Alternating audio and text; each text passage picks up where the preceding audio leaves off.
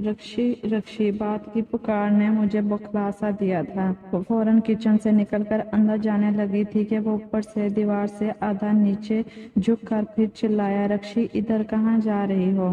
ادھر دیکھو۔ میں نے سر اونچا کر کے اسے دیکھا۔ کیا ہوا؟ جلدی اوپر آؤ۔ نہیں آ سکتی، چولہے پر دودھ رکھا ہے۔ میں نے کہا تو وہ دانت پیس کر بولا، چولہا بند نہیں کر سکتی؟ 1 منٹ آتی ہوں۔ میں نے اس کے مزید بگڑنے سے پہلے بھاگ کر چولہا بند کیا، پھر سیڑھیاں پھلانگتی ہوئی اوپر آئی تو وہ جھٹکنے کے انداز میں میری کلائی تھام کر گھسیٹتا ہوا مجھے دیوار کے قریب لے گیا اور 2 گھر چھوڑ تیسرے گھر کی چھت پر کھڑی لڑکی کی طرف اشارہ کرتے ہوئے پوچھنے لگا، اسے جانتی ہو؟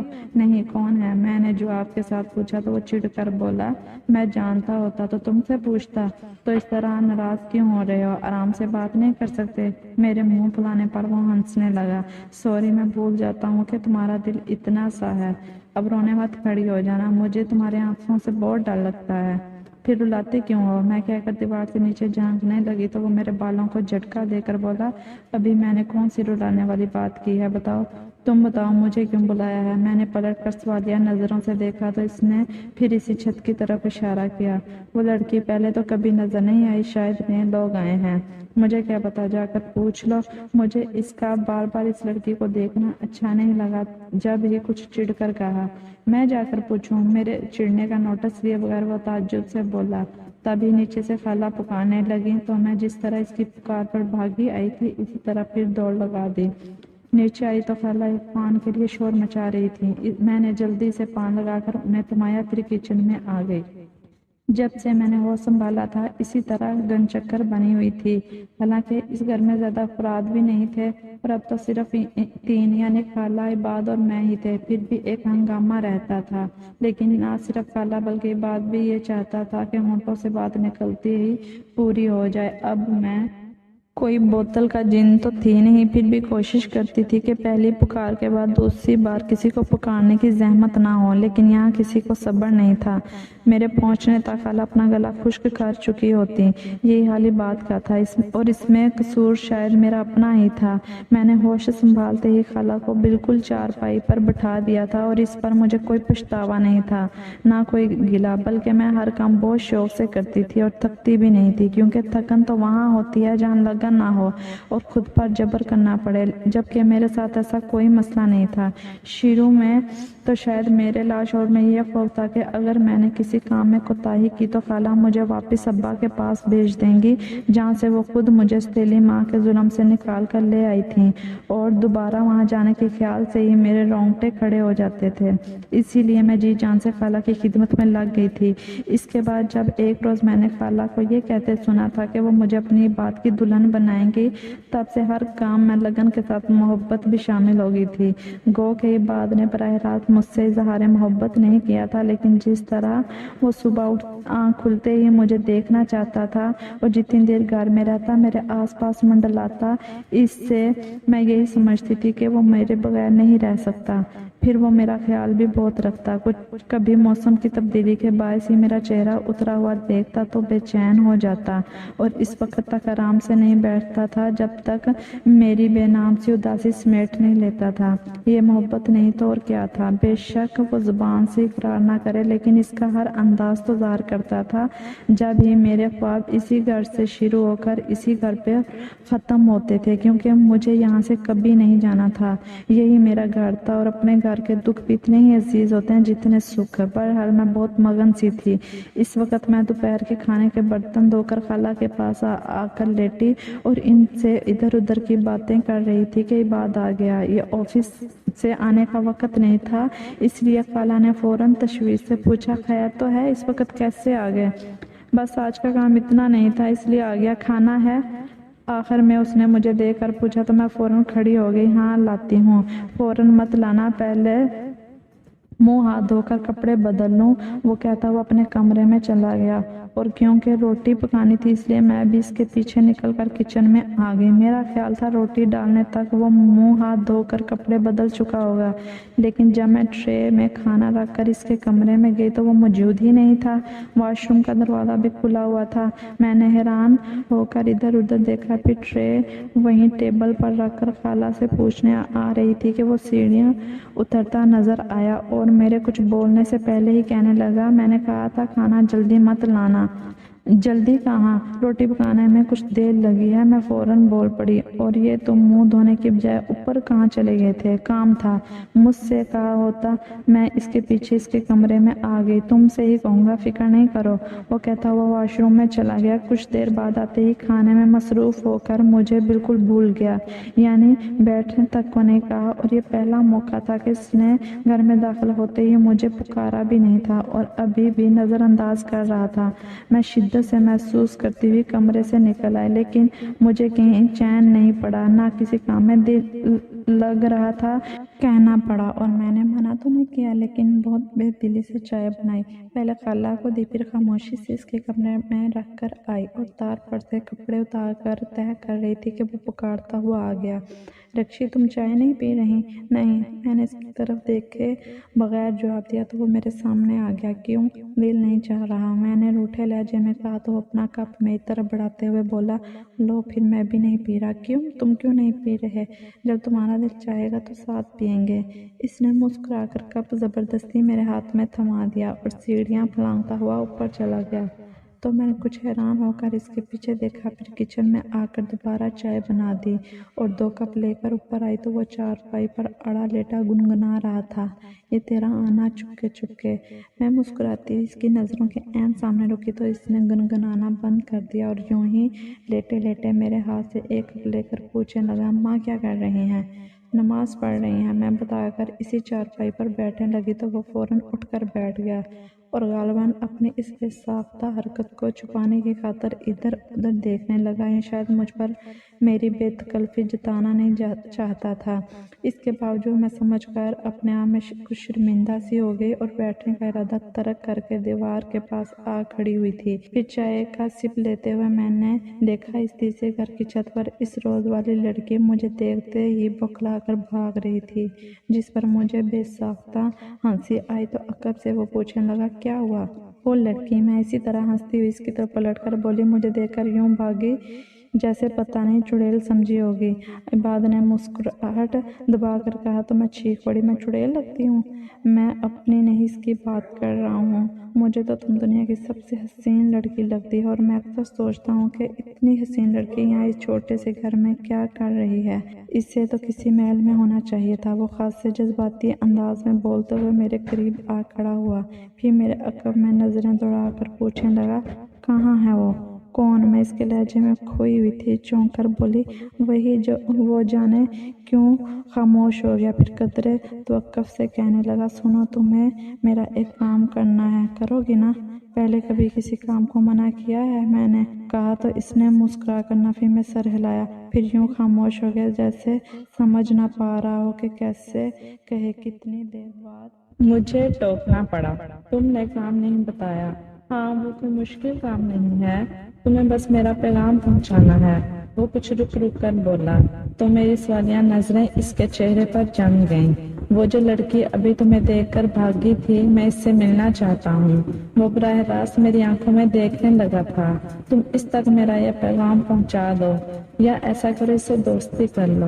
ہاں، یہ ٹھیک ہے، تم اس سے دوستی کر لو، اس طرح وہ یہاں آنے جانے لگے گی تو میری بھی اس سے ملاقات ہو جائے گی۔ تب تم کیوں ملنا چاہتے ہو اس سے؟ میرا دل ڈوبنے لگا تھا۔ بیوقوف، اب یہ بھی تمہیں سمجھانا پڑے گا۔ ویسے تم سمجھ کے کیا کرو گی؟ تم وہی کرو جو میں نے کہا ہے۔ وہ میرا مذاق اڑا کر اسی چھت پر دیکھنے لگا تھا۔ جس طرح اس کی نظریں بے قراری سے بھٹک رہی تھیں، اس سے میں بہت کچھ سمجھ گئی، پھر بھی مجھے یقین نہیں آ رہا تھا۔ کتنی دیر تک میں اس کی ایک ایک حرکت دیکھتی رہی۔ وہ جو صبح آنکھ کھلتے ہی مجھے دیکھنا چاہتا تھا، میرے ایک پل کی آزردگی سے برداشت نہیں ہوتی تھی۔ وہ دل کے دروازے کسی اور پر وار کیے کھڑا تھا اور میں یہاں سے وہاں تک کہیں بھی نہیں تھی۔ مجھے ایک بارگی اپنی کم مائگی کا احساس ہونے لگا اور میری آنکھوں کے سامنے اس کا چہرہ دھندلا گیا تھا۔ اس رات میں بہت روئی تھی، اتنا کہ صبح بخار میں چل رہی تھی اور وہ ہمیشہ کی طرح پریشان ہو گیا۔ رات تو تم اچھی بھلی تھی، پھر ایک دم سے بخار کیسے ہو گیا؟ ڈاکٹر کے جاتے ہی اس نے مجھ سے تشویش سے پوچھا تو میں چٹک گئی۔ کیوں، میں بیمار نہیں ہو سکتی؟ انسان ہوں میں بھی، یہ تم نے مشین سمجھ لیا ہے۔ میں نے تو نہیں سمجھا۔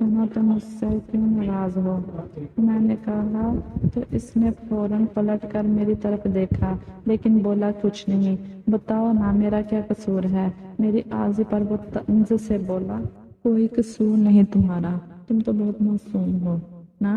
میری آنکھوں میں آنسو بھر آئے تو دانت پیس کر بولا، خبردار میرے سامنے ٹسوے بھائی کو، سارا وقت اماں کو پٹی پڑھاتی رہتی ہو اور میرے سامنے معصوم بنتی ہو۔ میں قسم لے لو میں نے خالہ سے کچھ نہیں کہا، وہ خود ہی۔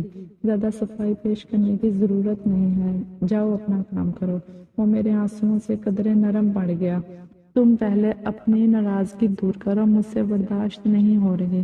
میں نے کہا تو وہ کچھ دیر تک مجھے دیکھتا رہا، پھر کہنے لگا، ایک شرط پر، اگر جو تم اماں کو الماس کے حق میں ہموار کر لو تو میری ناراضگی اپنے آپ دور ہو جائے گی۔ اف کیسا ظالم تھا، پھر بھی میں نے ان کی شرط مان لی اور اس روز سے خالہ کی خوش آمدید کرنے لگی تھی، اور خالہ بھی مانی تو اسی شرط پر کہ پہلے وہ میری شادی کریں گی، اس کے بعد الماس کے ہاں جائیں گے، جس پر عباد نے کوئی احتجاج نہیں کیا، بلکہ شاید اسے بھی یہ مناسب لگا تھا، کیونکہ خالہ نے سب کو بتا رکھا تھا کہ میں ان کی بہو بنوں گی۔ پھر بھلا کوئی کیسے میرے بارے میں سوچ سکتا تھا؟ بہرحال مجھے اس سے کوئی غرض نہیں تھی، میں تو بس عباد کی خوشی چاہتی تھی اور وہ ان دونوں بہت خوش تھا۔ روزانہ میرے جہیز میں دینے کے لیے کوئی نہ کوئی چیز لا کر خالہ کو دیتا، پھر ان کے ساتھ بیٹھ کر شادی کے اخراجات کی لسٹ بناتا، اور جب خالہ کہتی کہ کہیں اچھا رشتہ ملے گا تبھی تو شادی ہوگی، تو اس پر وہ انہیں اطمینان دلاتا کہ فکر نہیں کریں، بہت اچھا رشتہ ملے گا، بس آپ شادی کی تیاری کریں۔ جانے وہ اس سلسلے میں خود کوئی کوشش کر رہا تھا یا کیا تھا، میں بہرحال سمجھنے سے قاصر تھی، اور سچ تو یہ ہے کہ میں بڑی شدت سے دعائیں مانگ رہی تھی کہ اللہ کرے میرے لیے کوئی نہ آئے، ساری زندگی بعد بھی اسی انتظار میں گزر جائے، لیکن مجھے ماں نصیب کی دعا میں بھی اثر نہیں تھا، جیسے میری برسہ برس کی محبت اس پتھر کو نہیں پگھلا سکی تھی۔ مجھے سمیر کے پرپوزل پر اعتراض نہیں تھا، بلکہ میں تو شاید کہیں بھی اعتراض نہیں کر سکتی تھی، کیونکہ خالہ کے بہت احسانات تھے مجھ پر، اور ابھی بھی اپنے بیٹے سے زیادہ انہیں میرا خیال تھا۔ اگر ان میں ذرا سی بھی خود غرضی ہوتی تو آرام سے بات کی شادی کر سکتی تھیں، لیکن انہوں نے پہلے میرا گھر آباد کرنا چاہا، جیسے ہر ماں بہو لانے سے پہلے بیٹی رخصت کرنا چاہتی ہے۔ بہرحال سمیر کے بارے میں زیادہ چھان بین کی ضرورت یوں نہیں تھی کہ وہ اسی محلے میں رہتا تھا، اس کی والدہ کا ہمارے ہاں زیادہ تو نہیں لیکن آنا جانا تھا، اور جب تک مجھے یاد پڑتا ہے میں نے پہلی بار خالہ کو انہی سے یہ کہتے سنا تھا کہ وہ مجھے اپنی بات کی دلہن بنائیں گے۔ اس کے بعد بھی ان کا اپنے بیٹے کے لیے جھولی پھیلانا میری سمجھ میں نہیں آ رہا تھا، یا تو وہ بھول گئی تھیں یا پھر انہیں عباد اور الماس کا چکر معلوم ہو گیا تھا۔ دوسری بات زیادہ ٹھیک لگ رہی تھی، کیونکہ چھت پر کی جانے والی محبت کی آنکھ مچولی جانے کس کس نے دیکھی ہوگی۔ بہرحال بہت جلد میری شادی طے ہوگی تو عباد نے خالہ کو ان کا وعدہ یاد دلانا شروع کر دیا۔ شاید وہ یہ چاہتا تھا کہ میرے ساتھ ساتھ اس کی شادی بھی ہو جائے، اور خالہ مان بھی گئی تھی، لیکن اتفاق سے انہی دنوں الماس کے والدین کسی عزیز کی شادی میں لاہور چلے گئے، جس سے عباد کا سلسلہ آگے بڑھنے سے رہ گیا۔ یوں میری شادی میں اب چند دن ہی تھے، اور پتہ نہیں الماس کے گھر والے چٹ منگنی پٹ بیاہ پر راضی ہوتے بھی کہ نہیں، اس لیے ابھی خالہ اطمینان سے تھیں کہ میری شادی کے بعد سہولت سے عباد کی بات چلائیں گی۔ ان دنوں میں بہت چپ چپ رہنے لگی تھی، کیونکہ اس گھر سے جانے کا میں نے کبھی سوچا بھی نہیں تھا۔ یہی حال خالہ کا تھا، جبکہ وہ ستمگر بہت خوش تھا، جتنی دیر گھر میں رہتا مجھے چھیڑتا رہتا۔ اس کی شوخیاں عروج پر تھیں جو مجھے بہت رلاتی تھیں، اور یوں ہی روتی ہوئی میں اس گھر سے رخصت ہوئی تھی۔ میرے خواب وہی تھے جو اس گھر سے شروع ہو کر اس گھر پر ختم ہوتے تھے، اور میں ان ٹوٹے خوابوں کی کرچیاں اس کی دہلیز پر چھوڑ آئی تھی۔ السلام علیکم۔ سمیر کی آواز میں پا لینے کا سرور تھا۔ میں اپنے آپ میں سمٹنے لگی تھی کہ اس نے ایک دم سے میرا گھونگھٹ الٹ دیا۔ بہت چھپ لیا تم نے، اب نہیں چھپنے دوں گا، وہ سر شادی سے بول رہا تھا۔ ذرا سی آنکھیں کھول کر اسے دیکھنے لگی۔ تمہاری ایک جھلک دیکھنے کے لیے میں گھنٹوں اپنی بالکنی میں کھڑا رہتا تھا، لیکن تم مجھے دیکھتے ہی غائب ہو جاتی تھی۔ تب میں نے امی کو تمہارے ہاں بھیجا تو معلوم ہوا تمہاری خالہ تمہیں اپنے گھر سے نکالنے کو تیار ہی نہیں، یعنی وہ تمہیں اپنے بیٹے کی دلہن بنانا چاہتی تھی، جبکہ تمہیں میری دلہن بننا تھا۔ یہ میں نے تمہیں پہلی بار دیکھتے ہی سوچ لیا تھا، اور دیکھ لو تم میری دلہن بن گئی۔ آخر میں وہ شرارت سے مسکرایا، لیکن میں اسی طرح چپ چاپ بیٹھی رہی۔ پوچھو گی نہیں یہ سب کیسے ممکن ہوا؟ اس نے میرا ہاتھ ہلا کر کہا تو میں چونک کر بولی، ہاں کیسے؟ الماس کی بدولت۔ اس نے میرا بڑا ساتھ دیا۔ جب میں نے اسے بتایا کہ میں تمہارے شہر میں گرفتار ہو کر اپنی نیندیں گنوا بیٹھا ہوں، لیکن تمہیں اپنی طرف راغب نہیں کر سکتا کیونکہ تم اپنی خالہ کے گھر رہتی ہو، جہاں اس خوف نے تمہیں بہت محتاط کر دیا ہوگا کہ کہیں خالہ کے گھر میں تمہارے لیے جگہ تنگ نہ پڑ جائے، اور اسی خوف کے باعث تم ان کی ہر بات پر سر جھکانے پر مجبور ہو۔ تب الماس نے میرے سامنے یہ تجویز رکھی کہ تمہاری بجائے اگر عباد کا دھیان ہٹایا جائے تو میرا راستہ خود بخود صاف ہو جائے گا، اور اس کے لیے الماس کو زیادہ تردد نہیں کرنا پڑا۔ یہ بھی تم جانتی ہو کہ تمہارا کزن کتنی جلدی میری کزن کے جال میں پھنس گیا تھا۔ الماس آپ کی کزن؟ میں تاہیر میں تھی۔ ہاں، صرف کزن ہی نہیں، میری محسن بھی ہے۔ اسی کی بدولت میں تمہیں یعنی اپنی محبت کو پا سکا ہوں۔ Thank you Almas, thank you. اس نے آنکھیں بند کر کے بہت سرساری سے کہا، پھر ایک دم میری آنکھوں میں دیکھ کر پوچھنے لگا، تم خوش ہو نا؟